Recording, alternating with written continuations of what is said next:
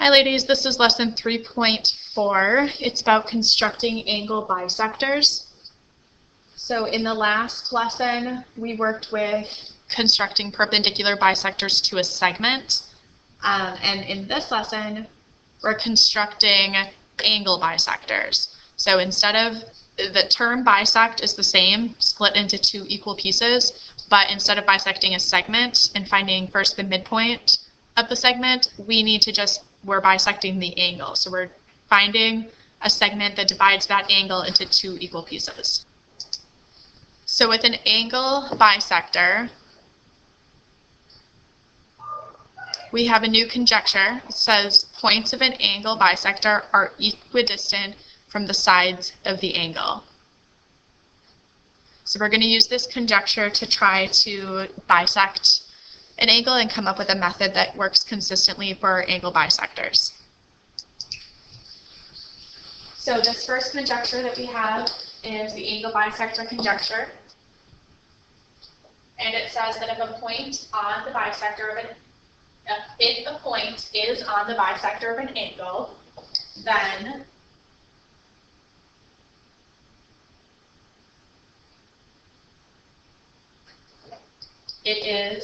that point is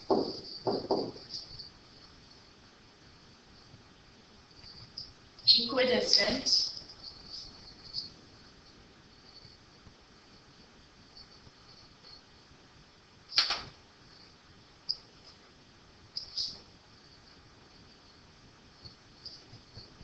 from the sides of the angle.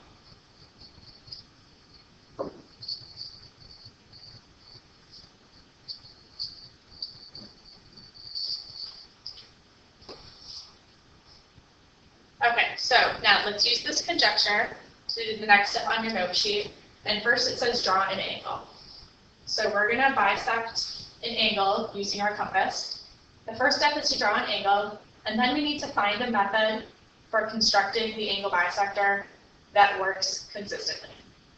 So we need to find some way to get this segment or ray that cuts this angle into two equal pieces. So on your own, try a few different methods.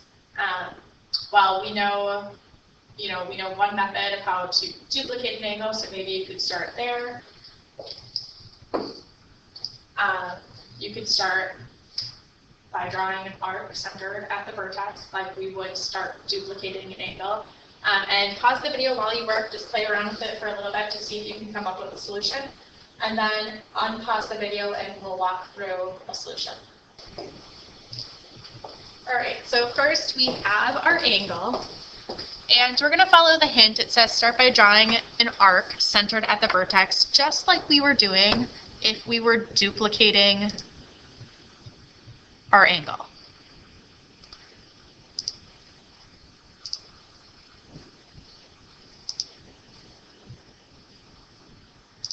Okay, so I've got my center at the vertex, and now I'm going to start just by drawing an arc. Now, if I go back and look at my conjecture, it says the point is equidistant from the sides of the angle. So if a point is on the bisector of an angle, then it's equidistant from the sides of the angle. Okay, so now I'm going to see how big is my arc, just like I would do if I was duplicating my angle.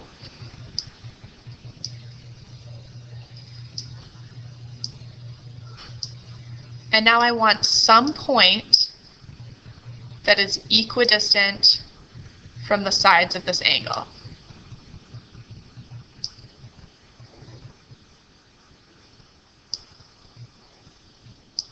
So make sure that your compass is lined up with the width of this arc. And I'm going to draw an arc. All of these points are equidistant from this side, this top side of my angle. And then I'm going to flip my compass and I'm going to put it on the other side of my angle. And then all of these points are equidistant from the bottom side of my angle. So where those two arcs intersect, that point right here at this intersection of those two arcs are equidistant from the sides of my angle. So now I can take my line, I'm going to draw a new line that goes through that point. So whenever you do a angle bisector, it has to start at the vertex of the angle, and then it has to go through a point that is equidistant from the sides of the angle, which is this point that I just constructed. So now if it says that once you've constructed the angle bisector, fold your paper to see if your ray constructed is actually the bisector. So actually this would be a ray instead of just a segment. And since I can't fold mine, I'm just going to use my protractor. So if I take out my protractor, I'm going to measure my whole angle. And my whole angle is just about 40 degrees. And there we go. My angle bisector is just about 20 degrees, a little less than 20. My whole angle is a little less than 40. So that's the method that you're going to use for constructing an angle bisector. Now the next question is, what points can be endpoints of a segment, the bisector? So when I bisect my angle, I constructed this new point, but it really could have been anywhere. Anywhere along this ray. This ray will go on forever.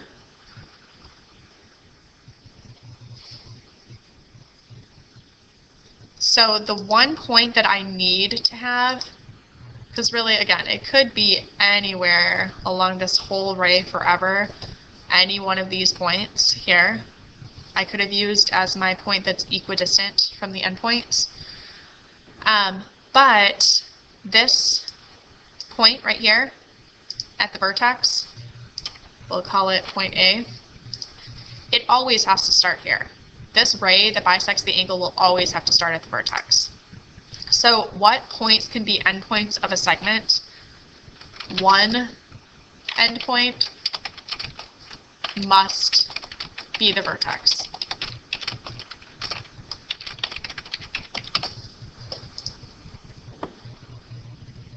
And the other point, you can pick any point on that bisector of the angle. It can be any specific point, but one of them has to be the endpoint. The vertex has to be the endpoint.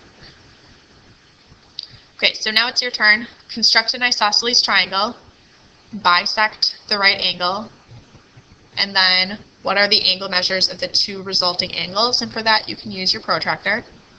And then what do you notice about the two triangles formed? So let's do that step by step. First step is to construct an isosceles right triangle. So we have a, first of all, 90-degree angle. So we're going to start with just a line and a point. And we are going to need to bisect this segment that we have, and it has to go through this point, and that will give us the perpendicular bisector, and we'll have to find the endpoints, and that will give us a right triangle. So let's do that first. So we'll need to take out our compass, and we know we want it to go through this point here. But first we need to find endpoints, which means we need to find points that are equidistant from this point to the segment. And that looks a little short. Make it a little bit bigger.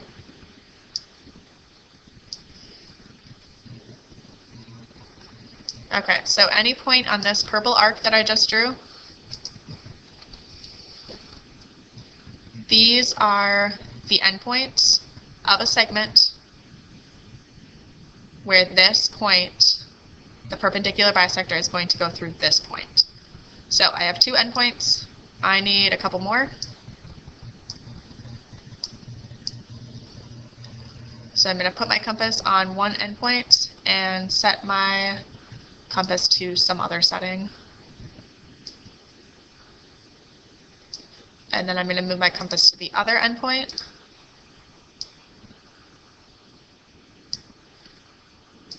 And keep it at the same setting. Okay, now I have a perpendicular bisector to those two endpoints that goes through this point. Now I need an isosceles triangle, so I have a right angle, but I need to make it an isosceles triangle. So let's change my color of my arc. And an isosceles triangle means I have two sides that are congruent. So I'm actually going to make this just a little bit bigger.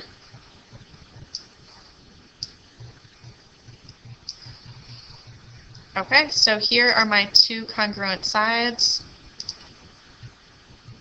So this is my isosceles triangle, my isosceles right triangle. Okay, where this side is congruent to this side, and this side is a right triangle.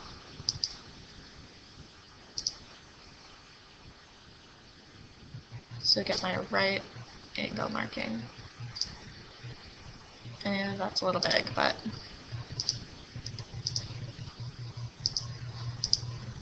all right. So this is an isosceles right triangle.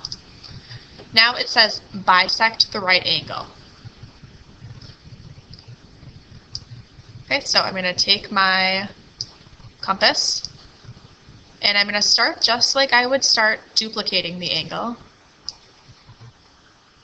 So I'm going to change my color setting again so you can just see, follow along. I'll change it to blue.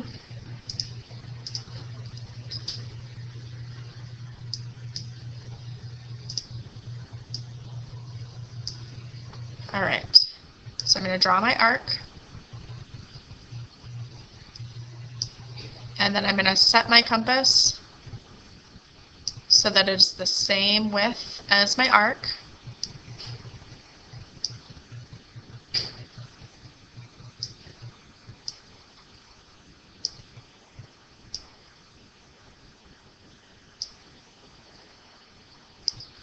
And then I'm going to find a point that is equidistant from the sides.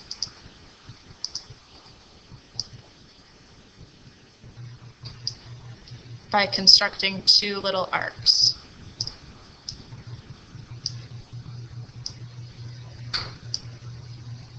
Okay, so it's going to go from the vertex, that's one point.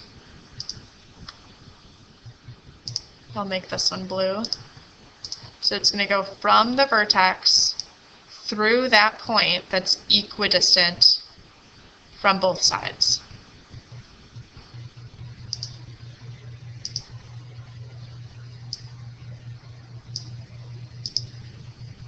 And you can fold your paper just to double check, or you can use your protractor to make sure that each of those measure 45 degrees. So I'm going to use my protractor just so that we can see just as we're learning.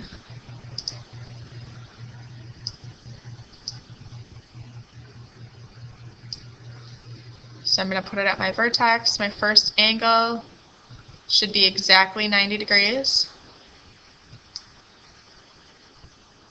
And then it looks like mine's a little bit off, but you should have your bisector should be 45 degrees. Mine's a little bit off because it's on the computer a little bit finicky with the actual places it'll let you set your compass, but you should get an angle that's 45 degrees, two angles that are 45 degrees. And then it says, what are the measures of the two resulting angles? 45 degrees, which we just said. Oops.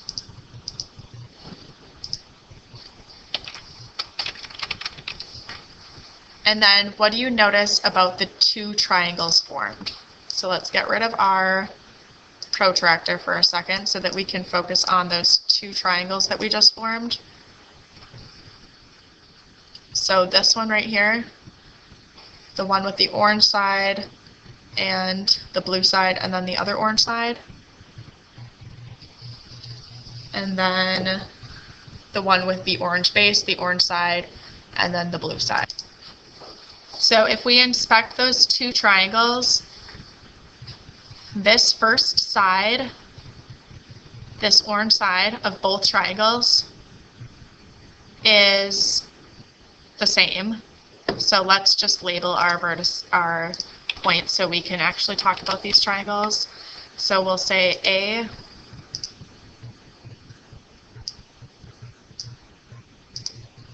B,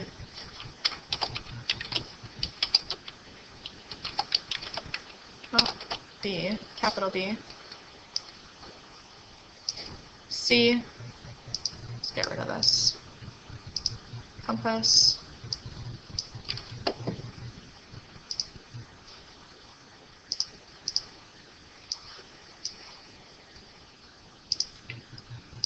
we'll call this C, and we'll call this point of the new, where our bisector is of the angle,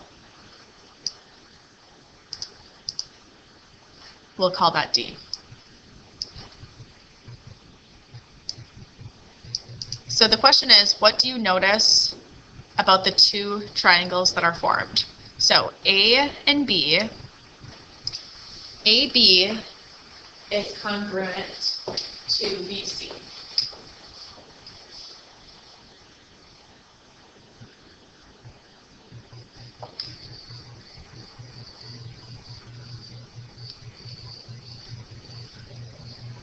So we know that because of these tick marks here. AB is congruent to BC. This segment here, BD is congruent to BD because it's the same side, but triangle ABD and triangle CBD, those are two different triangles, but they share that side BD, and we know that it's the same, it's congruent to itself. And we know that angle ABD is congruent to angle DBC because BD is the angle bisector of ABC.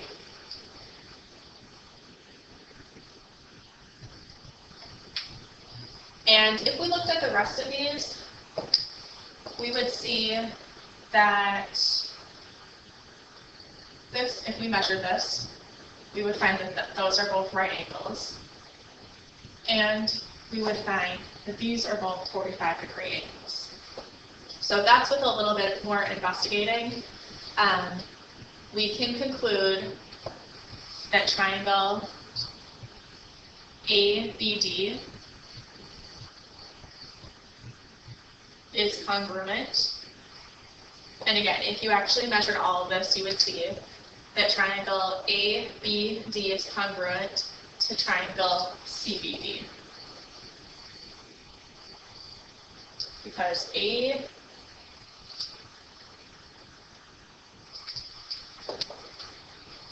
would find that ABD is congruent to triangle BCD because AB is congruent to BC and BD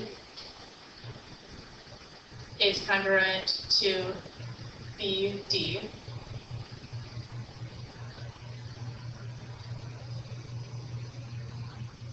And angle A is congruent to angle C. So actually I would have to say triangle ABD is congruent to triangle CBD because remember corresponding sides and angles with a congruent polygon have to be congruent to the corresponding sides and angles. So A has to be congruent to C, angle B has to be congruent to angle B, and angle D has to be congruent to angle D. So order does matter in this, and we'll come up with a few ways that you can know whether or not triangles are congruent, but in this case, if you actually measured all of these, you would find that ABD is congruent to CBD. And we'll get more into this in in chapter 4, I think it's 4.4, but for now, we're just making observations. So for now, we're just observing that ABD is congruent to triangle CBD. And once we get into the later chapter, we will see actually why. And just as like something to look forward to, we can see that this is actually congruent because it has a congruent side here. It has congruent angle here, and then another congruent side. So this is true, and again, we'll get into these conjectures and shortcuts into proving congruent triangles, but this is true because it's side angle side. But we're not going to get too much into those now, but for now, that's what we have. Okay, so please jot down any questions that you have, and we can discuss those in class next time I see you. Thanks.